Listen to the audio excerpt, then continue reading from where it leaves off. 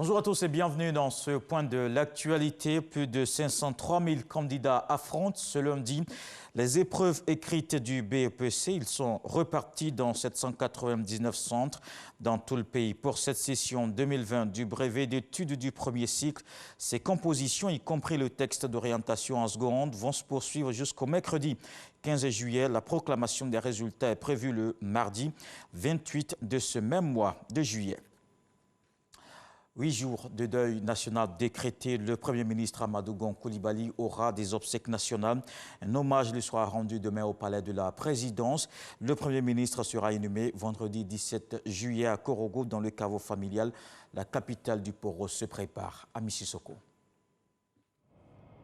Les préparatifs des obsèques du Premier ministre Amadou Gon Coulibaly vont bon train à Korogo. Dans la capitale du Poro, une délégation de la présidence accompagnée des autorités administratives et politiques de la région s'imprègne de l'avancée des travaux de réhabilitation des différents sites qui abriteront les cérémonies funèbres du Premier ministre Amadou Gon Coulibaly. Surtout pour s'imprégner de l'existant et apporter des solutions pour le bon déroulement des obsèques du fils du Poro. L'aéroport de Korogo qui accueillera la dépouille mortelle, le stade municipal qui abritera les cérémonies d'hommage des populations, la veillée religieuse du jeudi, les cérémonies du 3e et 7e jour du vendredi, ainsi que la grande mosquée où aura lieu la prière mortuaire le vendredi. Tous ces endroits ont été visités par la délégation.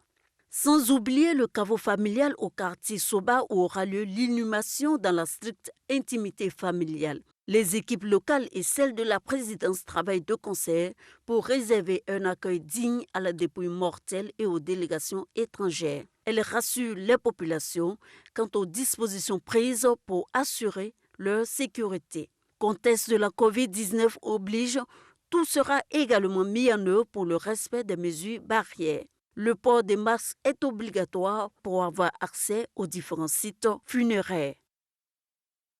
Ils viennent renforcer les rangs des douanes ivoiriennes. 275 agents reçoivent leurs épaulettes.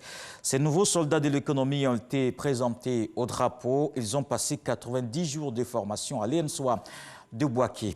La 3e édition du concours féminin d'art oratoire vient de prendre fin. Les 4 lauréates ont eu chacune une prise en charge scolaire.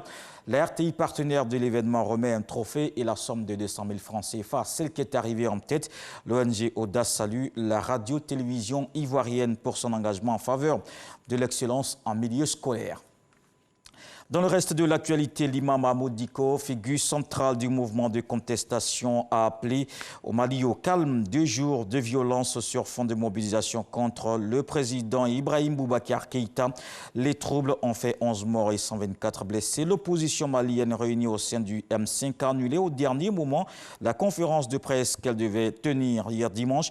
Nous pouvons obtenir tout ce que nous cherchons dans la patience, dans les bonnes manières, a déclaré Mahmoud Dicko, pilier de ces manifestations. En République démocratique du Congo, la monnaie nationale, le franc congolais, continue de se déprécier. La barre historique d'un dollar américain pour 2000 francs congolais a été franchie et dépassée. Dans ce contexte, l'augmentation des prix s'accélère. Pour certains experts, la Banque centrale du Congo ne joue pas correctement son rôle de gendarme et fait tourner la planche à billets pour couvrir le déficit budgétaire.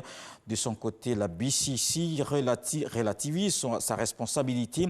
Son gouverneur explique que ces épisodes d'instabilité sont provoqués par des déficits des finances publiques importants.